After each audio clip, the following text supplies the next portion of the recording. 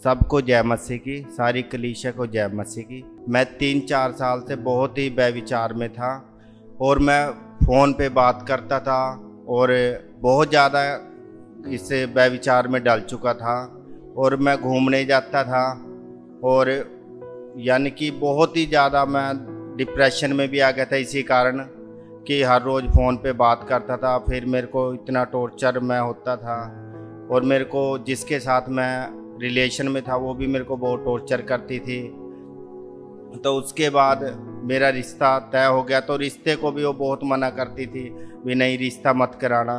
फिर भी मैं चलो उसकी बात अनसुनी करके मैं उसको कुछ नहीं बताता था, ना ही उसको नंबर दिया मैं अपने घर का।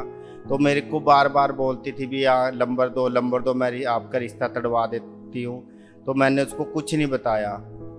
तो फिर मेरे को एक दिन रात को स्वप्न आया। स्वप्न में मेरे को ऐसा दिखा कि किसी ने मेरा रिश्ता तड़वा दिया। तो मैंने यही बात जो मेरी होने वाली वाइफ थी उसको बताई भी, ऐसे ऐसे करके किसी ने मेरा रिश्ता तड़वाया और मेरे को एक लेडीज़ दिखाई दे रही है। फिर वही 10-15 दिन के बाद वही सपना हकीकत में बदल गया। तो उसने मेरी वाइफ को सारी मेरी फ़ोटोएँ, मेरी रिकॉर्डिंग सारी उसके पास भेज दी।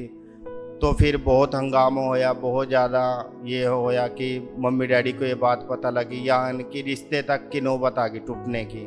तो मेरी मम्मी डैडी चर्च में जाते थे उस टाइम, प्रभु से आगे बहुत उन्होंने दुआ प्रार्थना करी भी ये रिश्ता बना रहे जे।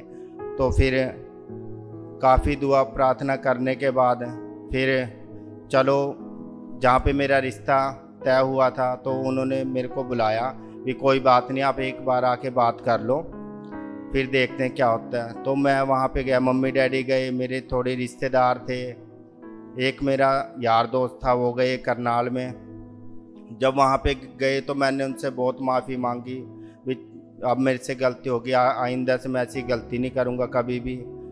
फिर चलो कोई बात नहीं, मम्मी डैडी ने मेरे को ये बताया चलो कोई बात नहीं, देखते हैं क्या होता है। और शादी के थोड़े दिन रह गए थे, ज़्यादा से ज़्यादा 10-15 दिन रह गए थे शादी को, और मैं इतना घबरा गया था भी ये शादी अब होएगी कैसे।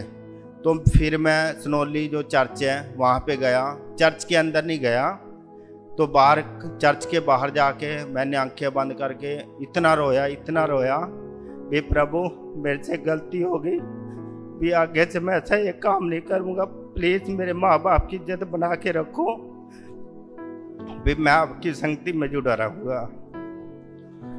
तो 10 दिन के बाद वहाँ से रिश्ते के लिए हाँ होगी, कहता कोई बात नहीं आप अपनी तैयारी करो। तो मैं प्रभु का बहुत धन्यवाद करता हूँ, उन्होंने मेरी लाइफ में इतने अच्छे काम किया। 2022 में मेरी शादी हुई थी फरवरी में। तो मैंने इस करके कभी अपनी वाइफ को चर्च आने के लिए कभी मना नहीं किया, मैं उनको छोड़ के जाता था।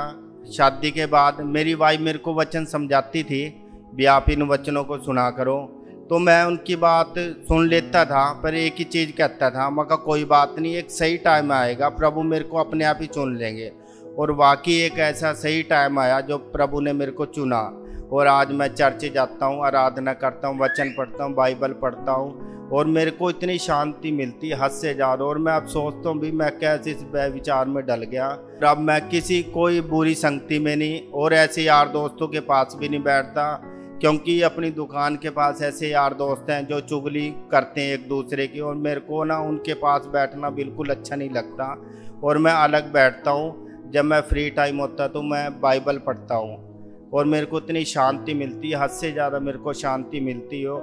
और पहले मेरा क्या होता था कि मेरे ना टेंशन ले के मेरे सर में ना बहुत दर्द होता था, तो अब वो दर्द भी नहीं मेरे सर में होता, और अब मैं बहुत खुश हूँ, बहुत ज़्यादा खुश हूँ। मैं प्रभु का बहुत बहुत धन्यवाद करता हूँ और मम्मा जी का बहुत बहुत धन्यवाद करता हूँ, उनके पूरे परिवार में, और मेरा भी छुटकारा हो। अब मैंने 32वां लिया है, मेरा मन अब इतना शांत है, मैं बिल्कुल ही टेंशन फ्री रहता हूँ। सब चीज़ मैं प्रभु पे छोड़ता हूँ, अपना बिजनेस सब कुछ। अब मेरा बिजनेस भी इतना अच्छा है, उसमें भी इतनी बरकत है और मैं बहुत ज़्यादा खुश हूँ। तो शादी के भी थोड़े ही दिन रह गए थे, तो इनके मन में आया कि मैं खुद को ख़त्म कर लूँ। तो ये ना यहाँ पे ट्रेन की पटड़ी पे चले गए थे।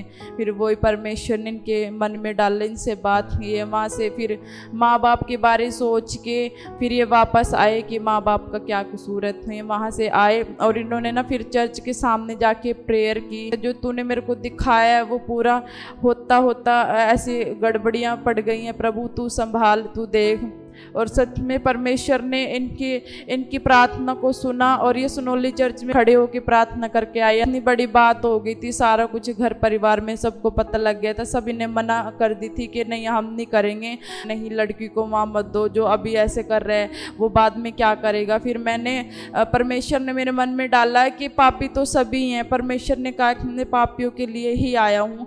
और प्रभु ने ये भी बोला था कि मेरे को वचन भी परमेश्वर ने दिया कि जो व्यभिचार स्त्री जो पकड़ी गई थी और उसको जो फरीसी थे वो लेके आए थे। प्रभु यीशु मसीह ने बोला कि जो पापी नहीं है वो इसको पहले पत्थर मारे। तो मैंने सोचा कि भाई मैंने खुद इतने पाप किए, मैं इस बंदे को क्या बोल लूँ, मैं इसको माफ़ करूँ, क्योंकि प्रभु ने हमें माफ़ करने सिखाया। तो मेरे मन में परमेश्वर ने यही बात रखी कि तू हाँ कर। और सच में इतनी कठिनाइयों के बाद वो रिश्ता फिर परमेश्वर ने बनाए रखा। और जब हमारी शादी हुई, और प्रभु का मैं धन्यवाद करती हूँ कि मेरे द्वारा परमेश्वर ने मेरे पति का भी उद्धार करा। अब मेरा विश्वास उसमें है और ये अब बहुत आनंद से रहते हैं, प्रार्थना भी करते हैं, वचन भी पढ़ते हैं। और हम दोनों हस्बैंड वाइफ अच्छे से रहते हैं, प्यार से रहते हैं। हम इस सारी बातों के लिए, इस सारे कामों के लिए और इस प्रेम के लिए परमेश्वर यीशु मसीह का धन्यवाद करते हैं कि उन्होंने हमारे जीवन में इतने बड़े काम किए और सच में अद्भुत गवाहियाँ उन्होंने हमारे जीवन में बनाई और इनका अब काम भी अच्छा है। और परमेश्वर को धन्यवाद करते हैं। और मम्मा कंचन मित्तल जी को भी धन्यवाद करते हैं कि वो हमारे लिए खड़े, अपनी कलीसियाओं के लिए वो खड़े होते, प्रार्थना करते कि उनकी बच्चों को, उनकी कलीसिया के लोगों को कोई भी नुकसान ना हो, उनके घर परिवार में कोई भी अड़चन रुकावट ना आए। और सच में हम अब ब्लेस है क्योंकि हम एक जीवित परमेश्वर की बेटी के साथ, एक जीवित कलीसिया के साथ जुड़े। हम परमेश्वर का धन्यवाद करते हैं। सबको जय मसीह की।